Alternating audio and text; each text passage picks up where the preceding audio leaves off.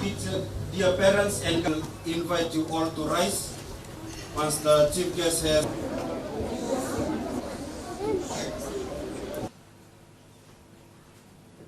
Good afternoon.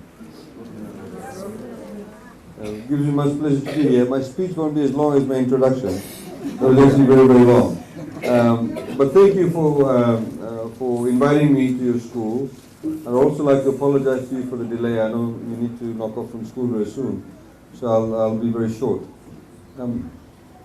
Prefect induction is actually very, very important because I think it actually highlights not just to the prefects themselves, but also the students as to what being a prefect means. I was this morning down in Naitasiri in Nangali Primary School, and where I said to them, to the prefects there, I said, if there is one message I could leave with them, is that you must always speak the truth. At the moment, there seems to be a bit of a shortage of truth. And one of the reasons why I said to them that they need to speak the truth is because when you become a leader, when you become a prefect, there will be at times where you need to enforce the rules of the school, where there may be some students who may be naughty and the teachers may ask you to go and tell the student not to do that. You may see somebody doing something wrong. And sometimes the person who may be doing the wrong thing could be a brother, could be a sister, could be a friend, could be a family member. But you must not treat them differently, because you must apply the rule to everybody. The rules must be applied exactly to everybody. In that way, you will become a good prefect. In that way, you will become a good leader, because all the other students will know that this prefect does not treat people differently. And that's how you gain respect. And I think also for the adults who are here, it is very important for all of us to understand that if we are to make Fiji greater than what it is, if we are going to have a good future ahead of us, we need to stick to the fundamentals of being good human beings. And being good human beings means telling the truth, even though sometimes it may be difficult. Sometimes we don't tell the truth because we think that we'll get shown for what we are. We may have done something wrong, but it's better to speak the truth then than to be caught out later.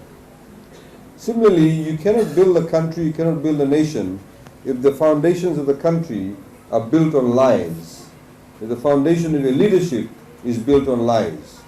We must be able to always, as I say, look into people's eyes and tell them the truth. Because without honesty, without respecting each other, without having that dignity, we will never be able to progress. As you know that under the Baini Marama government, and of course under the Fiji First government, we have made education free. Today, 50% of the entire Fijian population is below the age of 27. 70% of the population is below the age of 40. So all of us here in the front here, we're all in the minority. Those people there are in the majority. We have to understand that. And this is the reason why we made education free. Because very soon, in about 10, 15, 20 years' time, all the students here will become leaders in our country. Some could be political leaders, some could be leaders in their communities, some could be leaders in their workplace, they'll be leaders in their home. We want them to be able to have access to education. In Fiji for decades, from the colonial times until recently, education was the privilege of the rich, in particular further education. We have come across so many people in the past number of years who've said to us, we wish that in our time we had access to university, access to high school, access to scholarships. They said, because I used to be a good student, but because my parents could not afford it, I could not go to school. I've met so many women who said, because there were 5 or 7 of us in the family, my parents decided to educate the brothers, but the women stayed at home because they would get married and go away in any case. So that was the thinking. But of course, that's all changed now with free education. And all of these children, they should all go right up to year 13. If after year 13, they want to go to a technical college and they cannot afford the fees, we'll pay for it. If they want to go to university, they can get a scholarship. If they don't get a scholarship, they cannot pay their fees, we'll pay for it through the tertiary education loan scheme. All of this is available because we have a vision for the future.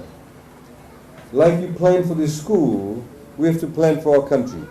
We always have to think 10, 15, 20 years ahead. We have to think what they want. We have to think that if we educate these young people, that they will, when they grow up, be able to get a good job for themselves. They'll be able to look after their families. They'll be able to contribute to the communities, and of course, they'll be able to contribute to their countries. Last but not least, I ask all the children over here, please, and it's very important for you to listen to this, and it's a very simple thing, that we need to keep our country clean. There is so much rubbish in Fiji being thrown around. Next time you eat the beans or you eat the twisties, whatever it is, when you have that rubbish, please keep it in your pocket.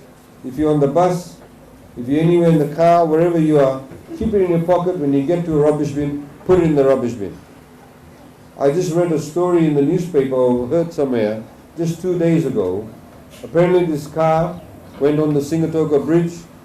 A person got out, threw the rubbish over the bridge into the river, and the car went around, turned around, picked him up and went back. Where will that rubbish end up? How will it make Singatoka River look like? The same way if you throw rubbish in the railway river, if you throw rubbish down the street. As we've said, it does not cost you any money to keep the place clean. There's so much plastic bags, there's so much rubbish that we throw out. So please, keep the place clean, be proud of your country, be proud to be a Fijian, be patriotic, the way you sing your national anthem. Please always sing like that even when you grow up. If everybody sang the national anthem, the way these children actually sing the national anthem, we'll be a much better country. I've been in the past 2 weeks in the western side, going to all the schools where all the schools were damaged after Cyclone Winston, and opening up all the schools, and the kids, the children there are very excited about it. The story that I told this morning, I was in a school in Latoka on the way to Mba, Tendamu Primary School. It's a very old school, and they have only about 80 students in that school. But the way they sang the national anthem would really make you cry. They sang with such emotion and with such fervor and patriotism, it is fantastic. So I'd like to also thank the children here for their national anthem. I'd like to, of course, at the same time acknowledge the school teachers. The school teachers in Fiji play a very key role and pivotal role. As parents, you know that you drop your kids off at the school at 8 o'clock in the morning, and then you come back and pick them up in the afternoon. During those hours, they are with the teachers. During those hours, those teachers shape the minds and the thought process of your children. So it's very important that we look after our teachers. It's very important that we respect our teachers. It's very important that we acknowledge what the teachers are doing for our children. So ladies and gentlemen, thank you very much for the invitation. We'd like to wish all the prefects all the best for the year. And of course, I'd like to wish all of you a very good afternoon. Thank you very much. Thank you.